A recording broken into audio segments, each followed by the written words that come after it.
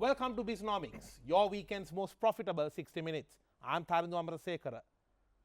It was at one point a herb. That was what it was invented and intended for. After a while, it became a refreshing beverage introduced to Sri Lanka by the British and having the first plant based in Lul Kondura way back centuries ago. Today, it has gone on to play a key part in our economy, earning billions of dollars for us, and at the same time, it is something that really creates an impact on so many socio-economic factors and sectors of our economy. I am indeed talking about the tea industry, which will be the focus today on Bisnomics. And joining me for this very insightful discussion is the chairman of the Sri Lanka Tea Board, Mr. Jayampathy Molligoda. Mr. Jayampathy, welcome to Bisnomics. Thank you. Mr. Jayampathy, let's get right to the matter. COVID-19. It affected so many different aspects of our economy. So did the tea industry get affected as well, I'm sure. What has been the impact of COVID-19 on the Sri Lankan tea industry? Well, it got affected, but I must say that from the day one, our tea industry players have been able to manage and live with the COVID, because I could still remember on the 16th of March 2020, the first lockdown. When I heard this, I contacted the president and I explained to him the difficulties if we have a lockdown situation, because unlike in the other sectors, in the entire value chain, bottom of the pyramid, we have these growers and the tea bushes. They grow, and then every 6 to 7 days it has to be plucked. So there will be effects, and also if there are no tea auctions, then the money will not flow into the producer. So he wanted me to come for the following day second COVID task force meeting, and then I explained, and then some other sectors also have expressed their concerns. So he took a bold decision. Whilst balancing the stringent health precautionary measures, he wanted us to continue. So then on the value chain, global value chain, the marketing side, there had been some positive features, because as you know, you mentioned about the beverage second only to water. These are much sought after Ceylon tea. There's a slight shift from the traditional out-of-home consumption to home consumption. So the Ceylon tea is ideally suited for home consumption, because as you know, the tea is marketed and consumed mainly using tea bags and all, whereas convenience purposes. The traditional way of drinking tea it's not that. But now they have gone back to the home consumption. So that also would have benefited us, and we immediately did a campaign, Ceylon Tea Global Black Tea Campaign, giving the wellness factor and the health benefits of tea, especially the black tea with the tea flavoring. That would have contributed to the growth of the tea industry, and the results are commendable. Our players have done better than the previous years. And I believe that the output, and in fact, in terms of good news for this industry, I think you probably have a lot of good news to share with us. Some of the recent research reports show that the freight on board values are higher, the auction prices are higher, output is higher. So things are looking up, things are looking positive. Let's talk about the tea industry structure of Sri Lanka, because we hear about this from so many different regions, different types of teas. For a layman to understand this, Mr. Molligoda, how is the tea industry of Sri Lanka structured?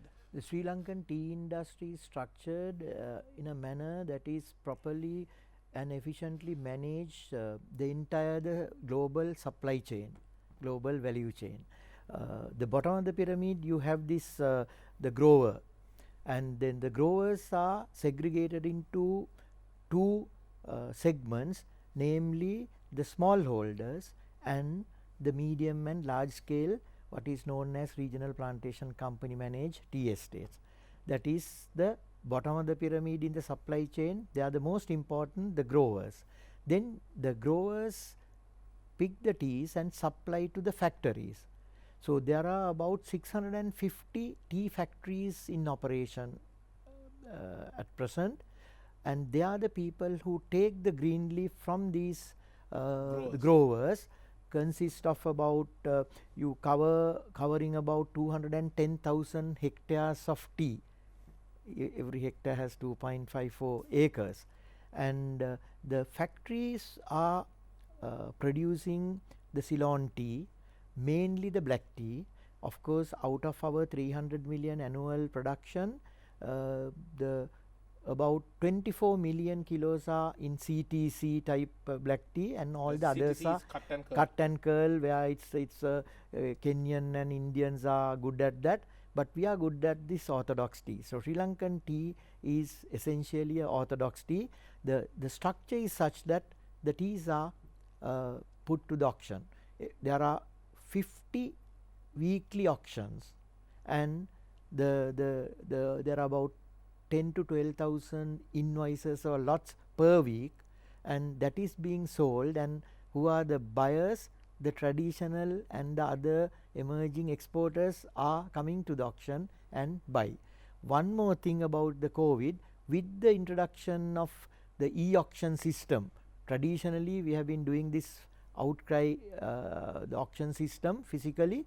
We couldn't have it, and we immediately switch on to the more sophisticated electronic auction system, thanks to the Ceylon Tea Traders Association and the Brokers Association and the TEA. They have been able to put in place a system, electronic system, and we allowed that to, and now they continue. So once the teas are bought, they get the orders. Depending on the orders they receive from the overseas importers from different countries, they ship the teas to the importers. And I believe it was a disruption of a 125-year tradition, going from the physical auctions to digital. In fact, they say it's a case study on a dinosaur going digital, Mr. Molligoda. Absolutely congratulations correct. on that. Absolutely correct. Actually, the credit should go to the entire value chain, the private sector as well as the government. We facilitated that, and after that, I think even the prices, it's very transparent. Since you mentioned about the prices, I want to come to a quick question before we go for a break. The current global demand for tea and the price levels, what are your thoughts on that? Well, if you look at our prices, as you correctly said, our prices have gone up. Both auction prices and the FOB price as well. If you look at the FOB price in 2019, it was $4.60 odd. It had gone up to $4.67 in 2020, and now it's $4.82 to end June. Sorry, $4.80 to end June. And Mr. Molligoda, just to interrupt for the benefit of our viewers, freight on board means once you have done the packaging, everything, and ready to be shipped. That's the freight on board price. Please you add only the freight for the CIF value. Correct. Freight and insurance. So in FOB price, in rupee terms, we get about 930 rupees. In 2019, it was 822 rupees. So it's per an increase. kilo. It's an increase. It's an increase. Significant increase. Partly due to this exchange rate fluctuation as well. But in real terms, also the prices have gone up. However, the global market is very competitive. Very competitive. As you know, Kenya is producing some 570 million kilos per year last year, when we produce little less than 300 million. The India, although they produce over 1 billion, their domestic consumption is such that they can put in only about less than 300 million, 250 million, even less. And then Vietnam. So the tea, if we compete on cost terms, cost leadership strategy, we will never be able to get the prices. Not a sustainable path. So it is as I told you earlier, it's a niche market. Having orthodox tea, we control about 45% of the orthodox tea, and that is ideally suited for discerning consumers with the purity in place. So the naturalness of Ceylon tea is the key, if I may say so, the unique selling proposition. We're going to come back to more details on that, Mr. Molligoda. Thank you. Let's brew this story on the other side of this short break. This is Bisnomics.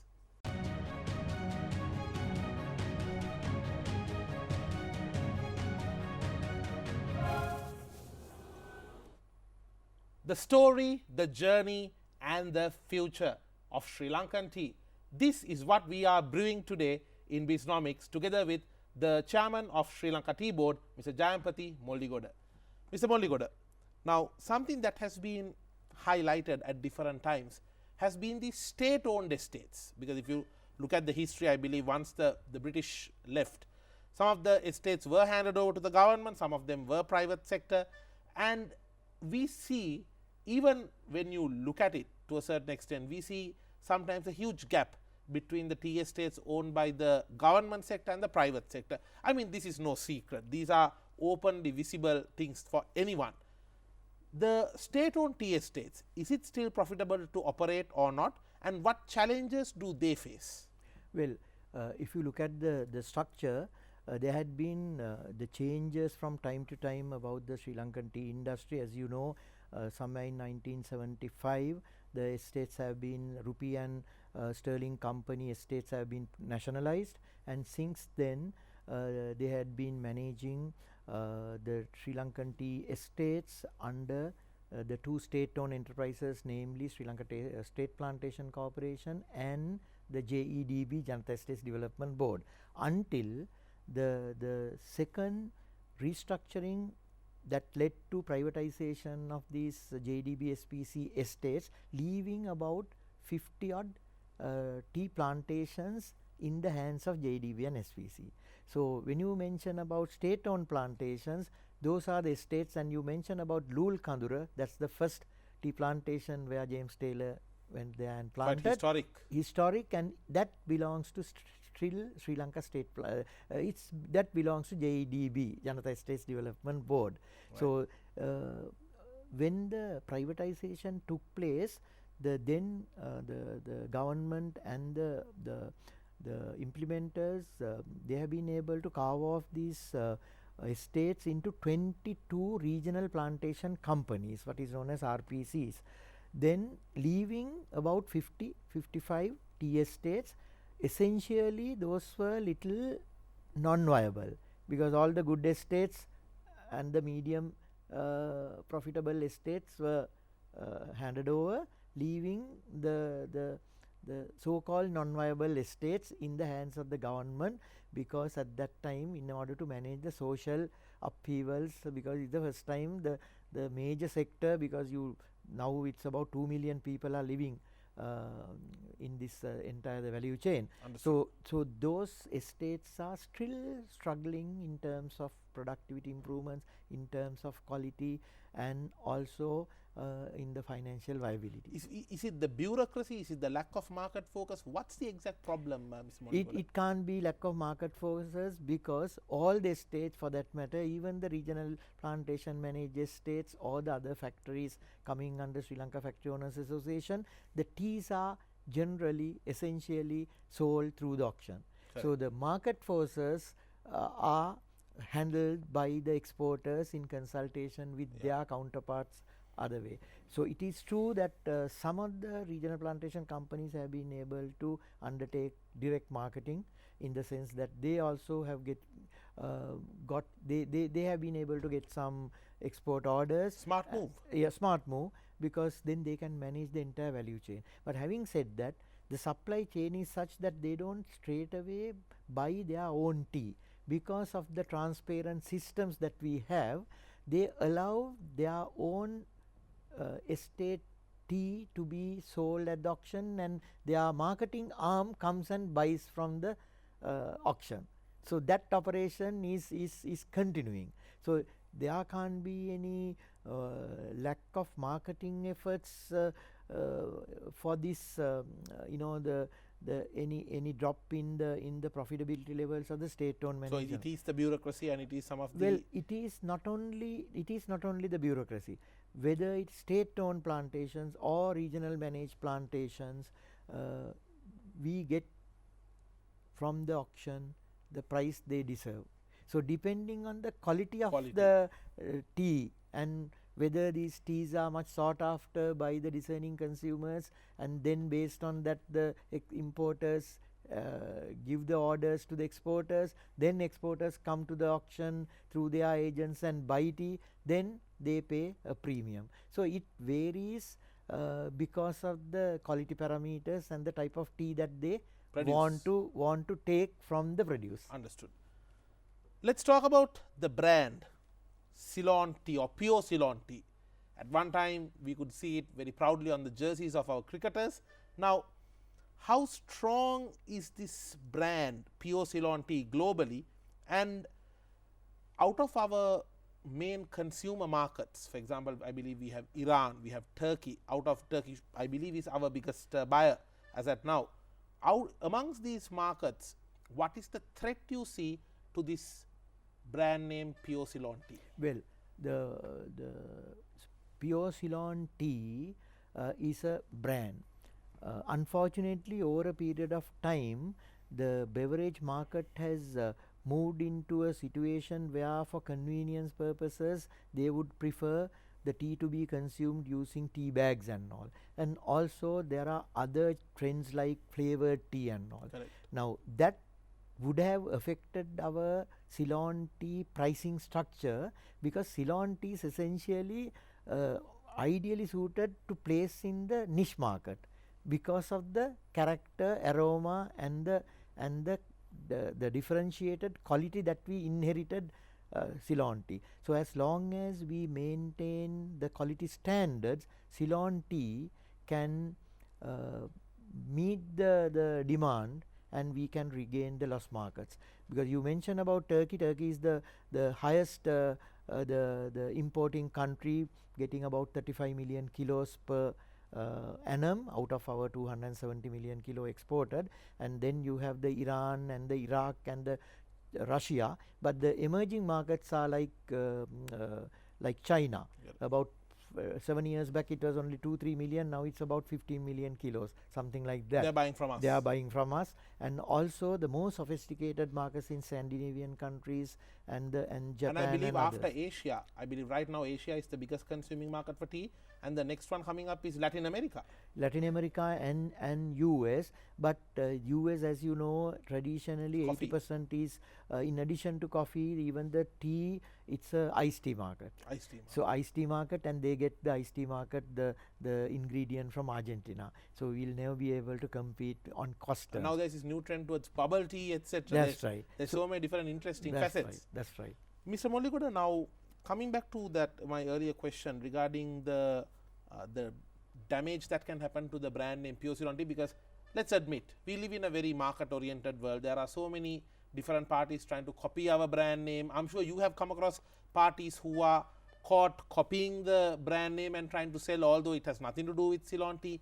What measures are in place to protect this brand image? So if you come across a case like that where our pure Ceylon tea brand name is being fraudulently copied, what action gets taken? Well, it's a very good question and very difficult to answer also, because in the global tea marketplace it's very difficult to policing this aspect. However, we have taken action in a manner where we try to get the under the geographical indicator system, we are now trying to get the brand name registered in other countries under GI registration basis, because in the EU countries and all, the normal certification, the trademark registration won't do.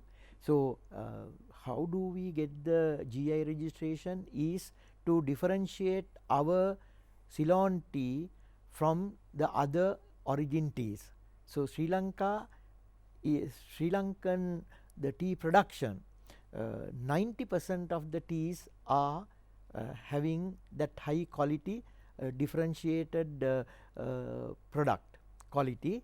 We may be able to get the GI registration soon, and that will enable us to do this policing, and if there are any infringements, then we can take action. However, as it is, what we do is, some of the countries do recognize trademark registration. So for those countries, we take we have the legal the people there, so we take action accordingly. Do we as a country and as an industry, do we import sometimes tea for blending purposes and blend it with our tea? Do Yes. we do that? Yes. we do, but we are very careful, because the Sri Lankan, as I said, it's not just a export oriented the sector, because in the bottom of the pyramid you have the producers. Correct. So the price is getting trickled down right up to the grower, unlike in the case of, say, other competing countries, because it is governed under this Tea Control Act. Correct. Where the reasonable price is payable to the grower. So when it comes to that operation, it's very difficult for us to justify large amount of volume of tea to be imported. Understood. Because Ceylon tea, then there's a mismatch between Where what is we are Ceylon trying then? to what we are trying to do in marketing, where we pitch our Ceylon tea as a high-end market, and at the same time we are trying to become a blending hub. However, there are different markets. Even any destination, you have the high-end markets and the low-end market. For sure. Unfortunately, with the demise of Saddam Hussein, Iraq market has become a cost-conscious, low-quality teas. But still, Iran consumes some good quality teas. But low-quality teas, we set a standard. Iraq. And now Iran as well. Well, Iran is slightly different. Iran consumes some of our much sought after the leafy type teas, and so that is a different thing. I am referring to the Iraq. So we export about 30 million kilos, 32 million kilos, so we can't forget about that. But that we put a minimum standard under ISO 3720. Exporters are not supposed to send anything lower than. I am not saying those are very high-end, high-quality products, because as you know, in tea, unlike other products, you have the in the manufacture is such that you produce about 20% off grades. Off grades are not that bad. So Iraq market is essentially ideally suited for that type of, the off grades coupled with blend with the main grades. So it's a blended or sometimes straight lines, but not necessarily the high end the main grade teas. Mr. Molligoda, now we have orthodox versus cut and curl, traditional, value added, herbal, ready to drink, green tea. It's a kaleidoscope of products in this tea sector. Yes. So how does Ceylon tea balance this equilibrium? I believe our main product is the black tea, and correct me if I'm wrong, globally the tea industry is worth about $200 billion, and black tea alone is about $40 billion. So we are playing in a significant market scope. How do we balance across all these different products? Yes. What do we offer to the world? Yes. Now we offer Ceylon tea as the unique tea with 100% the naturalness is there, is guaranteed, and also we have this so-called sustainability credentials that can be demonstrated. Understood. So our Ceylon tea global campaign is essentially based on the differentiation strategy, namely on the three pillars. One is the authentic product, meaning you have the sustainable story, there is a story behind it. Then the second one is this wellness factor, the wellness and the health aspects. So for that we don't add anything. So under Tea Control Act and the Tea Board law, there are strict rules. Strict rules, and you are not supposed to add anything. You call it as foreign matter. So as I told you earlier, we have every week we have a stringent quality control systems, of course, based on the sampling techniques, for sure. randomized representative samples, so some can get away from this, but we have been able to minimize these malpractices, and now hardly any. When you have 12,000 invoices going every week, Understood. you have about 40-30 not intentionally. Sometimes you have the sand, you have the moisture content, that has become a critical issue. And also, what do you think about this the chemical residues over and above what is known as maximum residue level, MRL level, stipulated by those countries, EU, whether it is EU countries or the Japan. Yes. So we have to manage those things, and there had been unfortunately 1 or 2 detections where the chemicals are found in the teas which is slightly above the MRL levels. We are going to come to that into more detail, Mr. Molligoda. Yes. Stay tuned. We will be back after this short break. This is Bisnomics.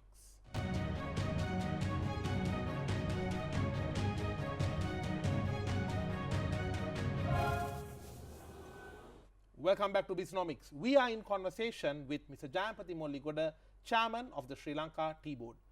Mr. Molligoda, now, as we were discussing before the break, we are predominantly a black tea oriented market. I believe orthodox, if I'm not mistaken. Correct. But the world seems to be moving more towards the more value added teas. How well are we positioning in the value added game? Well, it depends on how you define the value addition. Now you said world is moving towards value addition and we are traditionally the orthodox tea. Well, that is correct, but when you differentiate our tea, although we are black tea orthodox manufacturer, there is another segment that is growing in the product portfolio like specialty teas. So its value added can be in the form of offering specialty teas. The US is a huge market, it's growing. So similarly the other countries. So what are there in the specialty teas normally? Now you call it this artisanal tea. All now right, we yes. manage to encourage and motivate and form what is known as Artisanal Tea Manufacturers Association. So they have this blossom tea and various other artisanal tea in addition to the traditional orthodox tea. There also you get this specialities. In USA, some of our garden marks, the brands, they have been able to get repeatedly the awards on the use of under this specialty tea.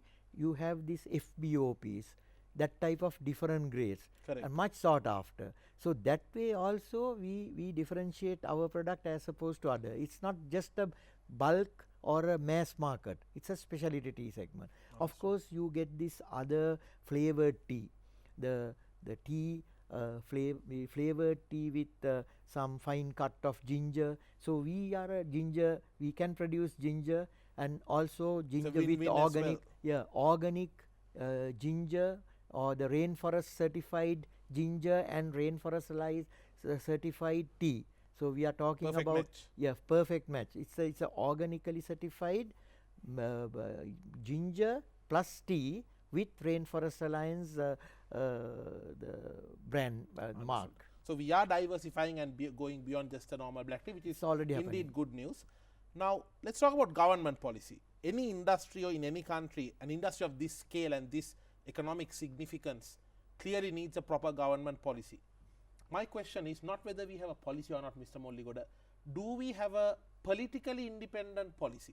Because common problem we see usually is every 5 or so years when the governments change, they hit the reset button and there is no progress. We go back to the beginning, back to square one, and then we try to come forward. But do we have a proper politically independent policy and strategy for this industry? And especially, are we supporting through that? Are we supporting our small growers of this industry? What are your thoughts? Yes. Now, I mentioned about the Tea Control Act. Whether it's government policy or our Tea Control Act managed by Sri Lanka Tea Board or the private sector, we all respect the global value chain. Meaning, or the price that we get from the FOB is getting trickled down right up to the grower. Yes. Then when it comes to the regional plantation managed estates or the state-owned plantation estates, the plucking and the other work is done by the workers. Yes. So the workers' remuneration is also up to now it's under what is known as collective bargaining process. Right. So recently there had been a shift and they have gone to the wages board. So there is a slight deviation, and I would still prefer the players to get back to the collective bargaining process to determine the salaries, and essentially it should have the quality and the productivity parameters in determining the wages in addition to a basic wage.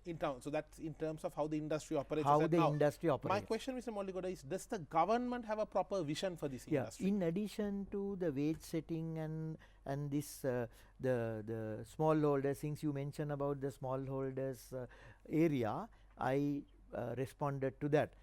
The government successive governments have recognized the importance of Ceylon tea as to offer Ceylon tea in the global marketplace as a quality product. So they give every encouragement through the Sri Lanka Tea Board to make available whatever the incentives to the exporters and the producers to produce good quality tea. So the government policy is in line with the Sri Lankan Tea Board the mandate to maintain regulatory mechanism to uphold the purity and the quality of the tea. So that way the government and also when it comes to the strategy, the Sri Lankan tea industry strategy is decided by the stakeholders. So you have the stakeholders. I believe Tea Board plays a key Tea role. Board also plays a coordinating role, where the board of directors of Tea Board is structured in such a manner that you get the chairman of the Colombo Tea Traders Association, chairman of the Tea Exporters Association, chairman of the Planters Association, chairman of the Sri Lanka Tea Factory Owners Association, and also chairman of the Smallholder Federation, apart from a ministry representative. So we deliberate and we have come up with what is known as Ceylon tea strategy. So we have, in addition to that, we have this marketing and promotion, the committee under Tea Board. Again, we have this the private sector representative there. So we decide, we means entire the stakeholders decide the 5-year strategic plan, and in fact we have come up with a strategic plan. However, there may be little changes. Time is opportune for us to change this strategic direction to meet the global demands coming from the countries, and also the recent the vision of the government to make this Ceylon tea or the industry or the agriculture sector free from unnecessary pesticides and the chemicals. So there is at the moment we are deliberating how to respond and react to this to meet the challenges. Because there must have been an impact on the growing industry, because you need fertilizers to grow, and the sudden banning, I believe, would have put the industry to a certain difficulty. Well, I won't say it's a sudden ban, because even when this government manifesto says it's they were talking about this reduction of the fertilizer, chemical fertilizer and the pesticides. That was about 1.5 years back. Then they allowed the synthetic fertilizer to be continued, and as we speak there are some about for us, for tea industry, there are about 52,000 metric tons of tea, because as you correctly said, we need not fertilizer, we need the balanced nutrient management system. Correct. To get the teas. So whether it comes from organic or whether it comes from synthetic is a different matter. But however, in the synthetic fertilizer, take urea, the nitrogen component is very high. It has 46%. Correct. But of course, over a period of time, with the excessive use of fertilizer, the nitrogen absorption to the plant it's about 30%. Even the scientists and the practitioners admitted that there has been a leaching. Understood. So, but when it comes to organic fertilizer, you don't get that type of very high nitrogen. So how do you balance? It's we are now discussing, and good thing is, through this, when I mention about the integrated nutrient management system, you have to think about this soil fertility management also. So this arrangement, if we put it in a balanced way, we should be able to improve the soil. At the same time, through a combination, we should be able to maintain the yields.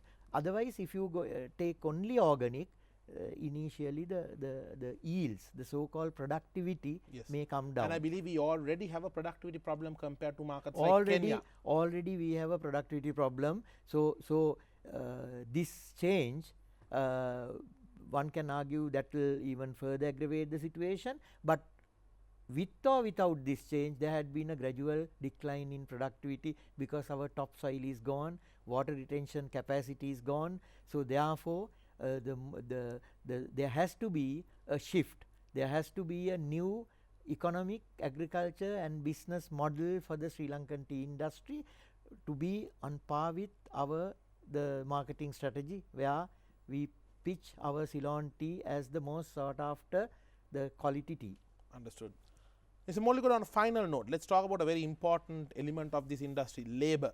They have been in the news, even in the recent times. They have mentioned how they've been facing certain hardships due to COVID-19, and at the same time, there are concerns regarding their daily wage rate, the minimum wage rate. I believe the government also had to get involved. What are the problems and challenges that these people are facing? Well, when our land productivity is low compared to other competing countries, the availability of the leaf is limited. So obviously the labor productivity is also low. So it has to be a balanced approach. And also, mind you, the Ceylon tea is still hand plucked. So that is also another marketing the tagline, still hand plucked. So obviously the workers have to be paid a remunerative price, but that increases the overall cost of production. For sure. That is why at the very outset I said we can't be marketing Ceylon tea under this cost leadership strategy. However, the cost have to be minimized. So it is a challenge for the growers, the regional plantation companies and the unions to maintain a balance. So right at the moment, if we can bring in some kind of incentives to improve productivity and the quality, what is known as integrated productivity and quality, coupled with wherever possible bring in appropriate technology. So I think this industry needs some kind of appropriate technology also, but you can't do 100%. So then we may be able to pay a higher wage. That itself will translate into the sustainability credentials, demonstrating sustainability credentials.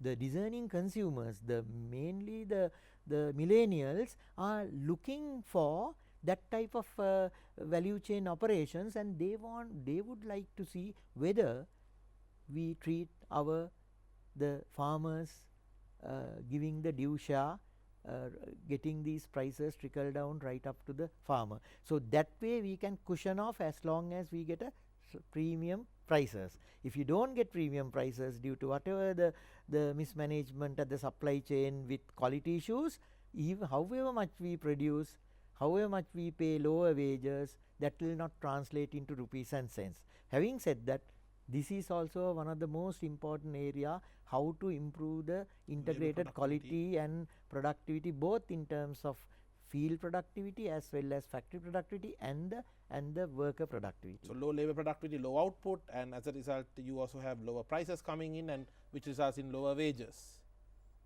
To the people. That's right. Yes. Understood. Understood. Mr. Molligoda, thank you very much for joining us today, and wishing you and the team at the Sri Lanka Tea Board all the very best to brew a success story for the Sri Lankan tea industry, especially in a post-pandemic world. Thank you for joining us and wishing you good luck. Thank you so much for inviting me. Thanks. It's a pleasure. The story of Sri Lankan tea and the current situation. This was our focus today on Bisnomics. It was a pleasure brewing that story for you, and let's hope the right decisions and the right policies are in place and executed in order to make sure that our tea industry continues to grow in leaps and bounds. I will see you with the next episode. Brew a success story of your own in this coming week ahead.